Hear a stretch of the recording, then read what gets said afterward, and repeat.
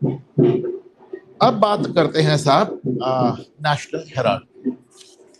बहुत दिनों से नेशनल हेराल्ड के बारे में आप लोग पूछ भी रहे हैं। आज नेशनल हेराल्ड पे फैसला आना था। नेशनल हेराल्ड का फैसला आज फिर टल गया, और फैसला क्या ये भी आपको बता रहा हूं। और किस डेट के लिए टला है ये मेरे ख्याल से 16 दिसंबर के लिए टल गया। यस, होता क्या है इसको बहुत सरल भाषा में समझे। आप में से ज्यादातर लोग को मालूम है, जिन्हें नहीं मालूम है उनको बता रहा हूं।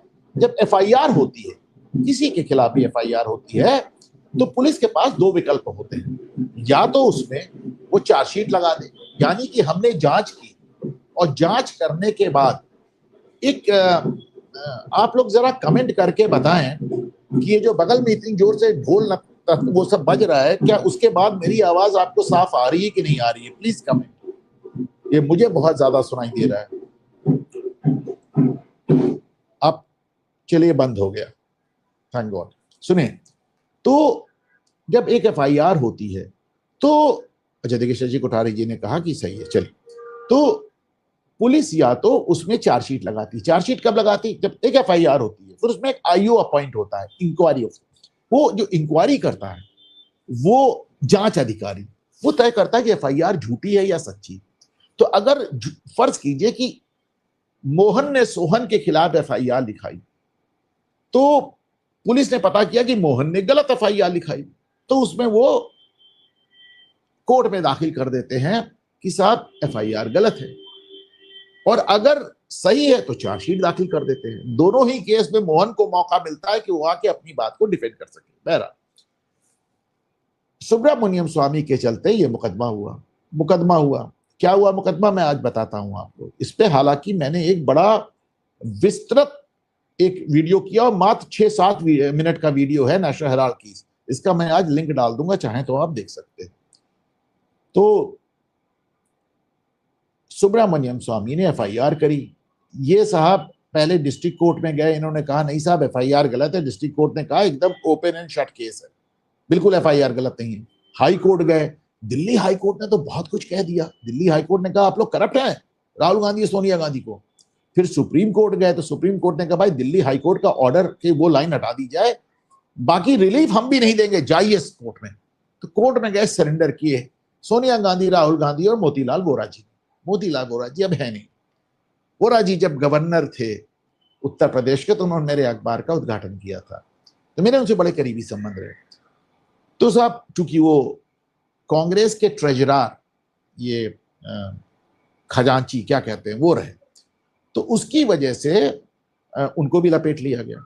इसमें हुआ क्या, तो पुलिस ने सबने जांच की, और जांच करके एक चार्जशीट लगाई। अब चार्जशीट पर कोर्ट ने राहुल गांधी और सोनिया गांधी को नोटिस दिया कि भैया पुलिस कह रही है तुम गिल्टी हो, तुमको क्या कहना है? इसके पहले कि हम चार्जशीट का संज्ञान लें, तुम मुझे बताओ, इसके पहले कि हम तुम पे मुकदमा चलाएं। दोनों माँ बेटे जमानत पे रिहा हैं, याद करिएगा। तो दोनों जमानत पे रिहा हैं, दोनों को कोर्ट में बैठने के लिए कुर्सी तक नहीं मिली थी, केवल वोरा जी को मिली थी क्योंकि वृद्ध थे। बहरहाल, तो इन्होंने कहा नहीं नहीं सब फर्जी है। अब लेकिन फर्जी कैसे बताएंगे, मैं भी आपको बताता हूं कितना ओपन शट केस है। तो कोर्ट को यह फैसला सुनाना था कि साहब चार्जशीट का संज्ञान लिया नहीं लिया, मुकदमा चलेगा नहीं चलेगा, और ये पता नहीं कोर्ट क्यों टालती जा रही है, भगवान ही मालिक है। बहरहाल, मुकदमा है क्या ये समझ लीजिए, बड़ा क्लियर, बड़ा नटशेल में बता रहा हूं।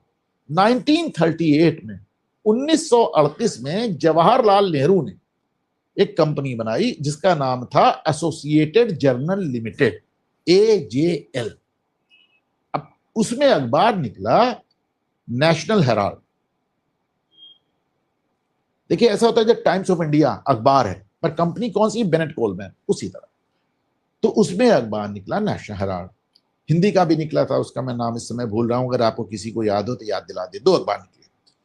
तो नेहरू इसके, अक्सर कहा जाता है कि नेहरू संपादक थे, वो एक दिन के लिए संपादक नहीं थे। नेहरू इसके चेयरमैन थे, मतलब जहां पे वित्तीय, जहां पे फाइनेंशियल मामला, वो बने उसके चेयरमैन।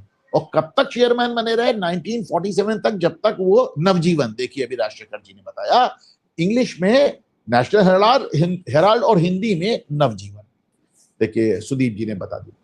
तो नेहरू इसके मैनेजिंग डायरेक्टर थे, चेयरमैन थे, और जब तक प्राइम मिनिस्टर नहीं बन गए तब तक बने। प्राइम मिनिस्टर बनने के बाद आप किसी कंपनी के चेयरमैन हो नहीं सकते, तो आपने छोड़ दिया। लेकिन किया क्या इन्होंने, समझिए। तो 1947 तक नेहरू इसके चेयरमैन रहे, प्रधानमंत्री बन गए। तीनों ने साथ इसी बीच 1942 में फिरोज गांधी से शादी कर ली थी इंदिरा गांधी ने। नेहरू ने कहा जैसा भी है जो भी है तो अपना दामाद ही, तो अपनी जगह अपने दामाद को बना दिया मैनेजिंग डायरेक्टर। फिरोज गांधी भी कभी नेशनल हेराल्ड के एडिटर नहीं रहे।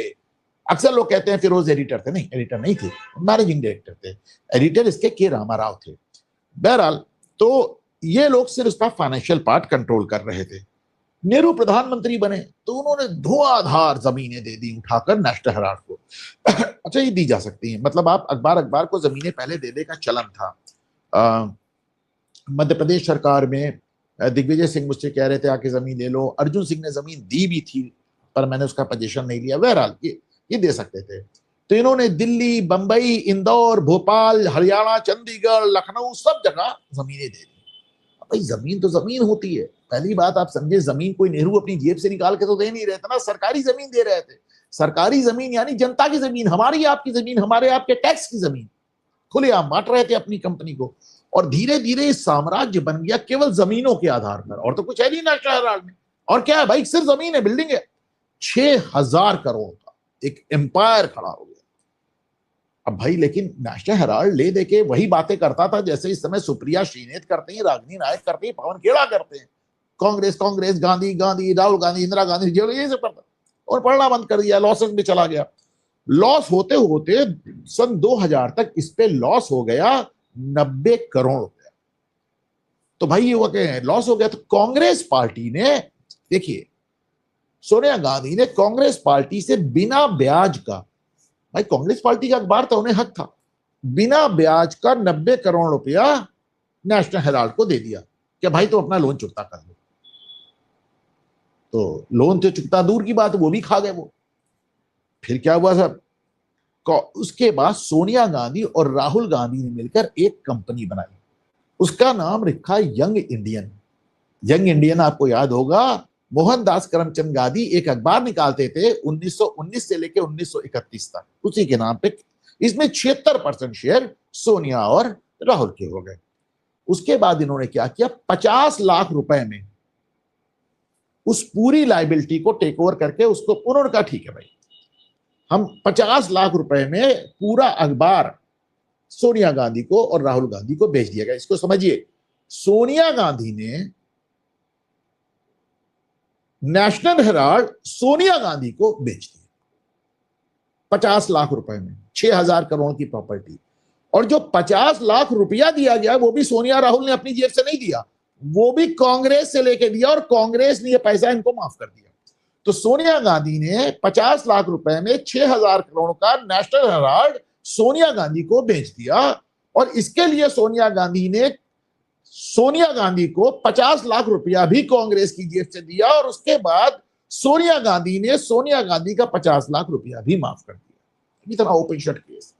अब आप बताएं, जस्ट इमेजिन, तो कैसे होगा ये मामला।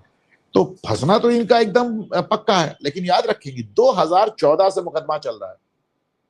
मुझे नहीं लगता कि भारतीय जनता पार्टी या प्रधानमंत्री नरेंद्र मोदी बिल्कुल इस मुकदमे में कोई फैसला चाहते हैं।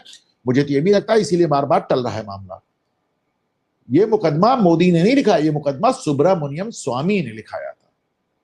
उनको गिरफ्तार और जमानत सुब्रमण्यम स्वामी ने कराई, और वही अभी भी पीछे लगे हैं, वही अभी भी पीछे लगे। देखें, 11 साल हो गया इस मुकदमे में, open shut case supreme court तक कह चुकी है। लेकिन भाजपा को लगता है, दो चीजें लगती हैं। मोदी को लगता होगा कि अगर सोनिया गांधी और राहुल गांधी दोनों जेल चले जाएंगे तो पूरा विश्व मीडिया फिर हल्ला मचाने लगेगा, मोदी डिक्टेटर, मोदी डिक्टेटर। आपको याद है यही प्रॉब्लम आई थी शेख हसीना के साथ। उन्होंने खालिदा जिया को जेल भेज दिया था, विपक्षी नेताओं को जेल भेज दिया था, डिक्टेटर डिक्टेटर। उसके बाद उनके चुनाव को चुनाव ही नहीं माना गया, और उसी में रिवोल्यूशन हो गया। तो इसी तरह मोदी जानते हैं कि अगर सोनिया और राहुल दोनों जेल चले गए तो पूरी दुनिया की मीडिया और पूरे दुनिया के सारा डीप स्टेट मिलकर एक माहौल बनाएगा कि भारत में तानाशाही लागू हो गई है, और उसके बाद चुनाव का कोई मतलब ही नहीं होगा, क्योंकि सबसे बड़े नेता हैं साहब वो। मोदी का इसमें डर जायज है। वैसे मोदी ने देखा है कि इमरजेंसी के बाद जब जनता पार्टी सरकार बनी थी तो मोरारजी देसाई प्रधानमंत्री के मना करने के बावजूद गृह मंत्री चरण सिंह ने इंदिरा गांधी को सिर्फ एक दिन के लिए गिरफ्तार कर लिया। वो साहब उनकी सहानुभूति लहर चली कि 2.5 साल में इंदिरा गांधी वापस आ गई।